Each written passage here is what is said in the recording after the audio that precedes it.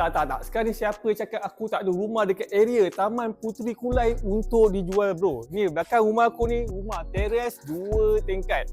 4 bilik, 3 bilik air. Bulanan tak sampai 8,000. Ya betul. Bulanan tak sampai 8,000. Murah tak murah?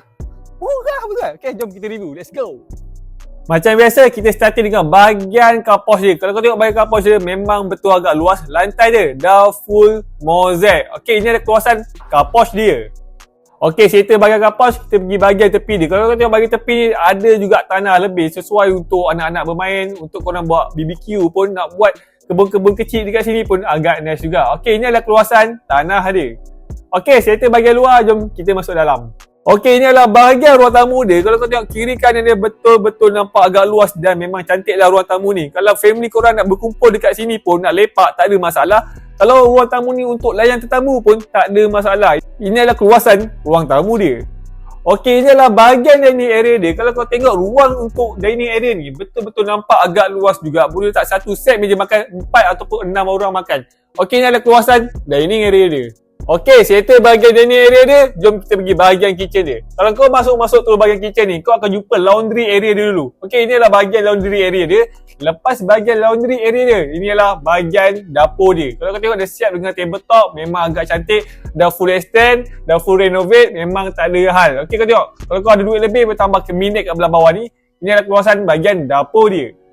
Okey, cerita bahagian kitchen, jom kita pergi review bilik pertama dia. Sebelum kau sampai bilik pertama dia, kau akan jumpa toilet dah siap reno. Memang nampak agak cantik. Nampak cantik tak? Nampak cantik. Okey, ini adalah bilik pertama dia. Sizing dia memang agak nice. Kalau korang nak jadikan bilik untuk parent korang pun boleh. Nak jadikan bilik tetamu pun boleh. Okey, ini adalah keluasan bilik pertama dia. Okey, cerita bahagian bawah. Jom kita naik atas. Okey, dekat bahagian atas ni ada 3 bilik, 2 bilik air. Jom kita review. Okey, ini adalah bilik kedua dia. Kalau kau tengok kiri kanan dia, sizing dia betul-betul nampak agak luas juga. Dengan ada tingkap, lighting memang agak cun.